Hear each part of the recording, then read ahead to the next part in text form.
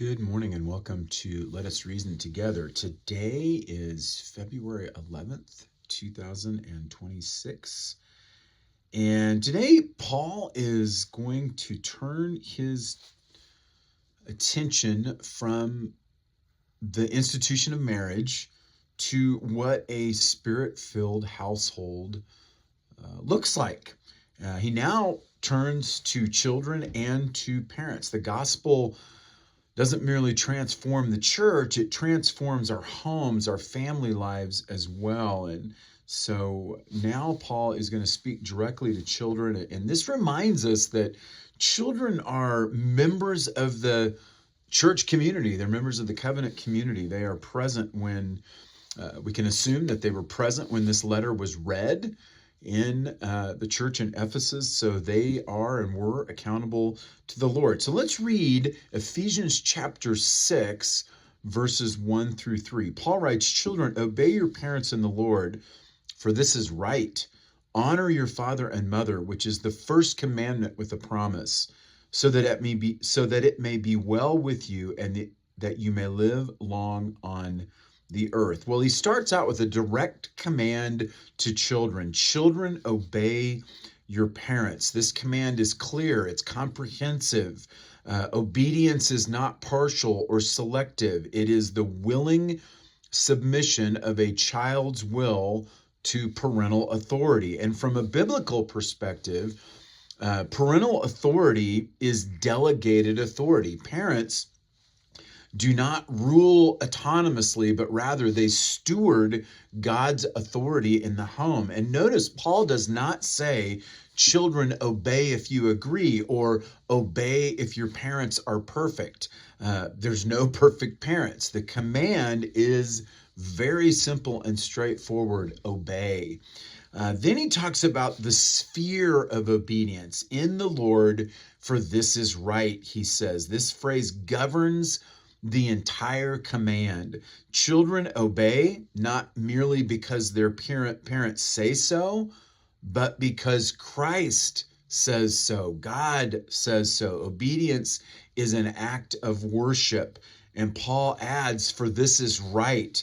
In other words, it's morally fitting. It reflects the created order. Every part, even apart from special revelation, societies, in other words, even pagan societies, recognize that children should obey their parents. When children obey, they align themselves with God's design. They align themselves with what is right. And then Paul reaffirms the fifth commandment: honor your father and mother. Paul is quoting there from Exodus chapter 20, verse 12.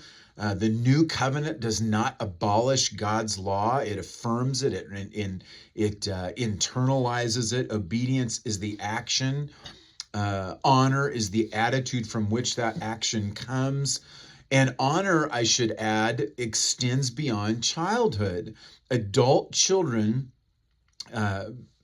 you're not going to be obeying your parents as you were when you were a kid, but adult children must still honor their parents through respect, through gratitude, as parents age, through care and dignity.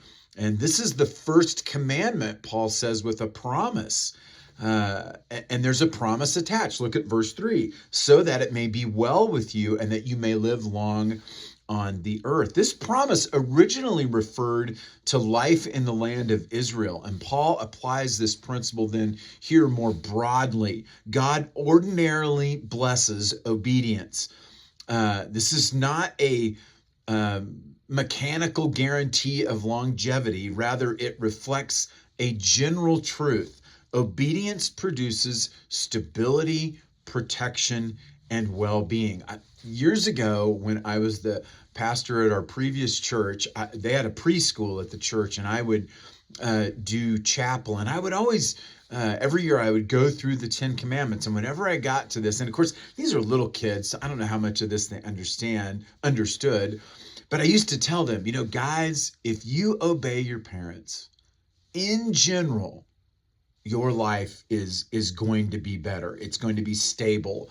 There's going to be protection. You're going to have good well-being. Children who learn submission under loving authority are prepared to live under God's authority. Disobedience, on the other hand, brings disorder and destruction.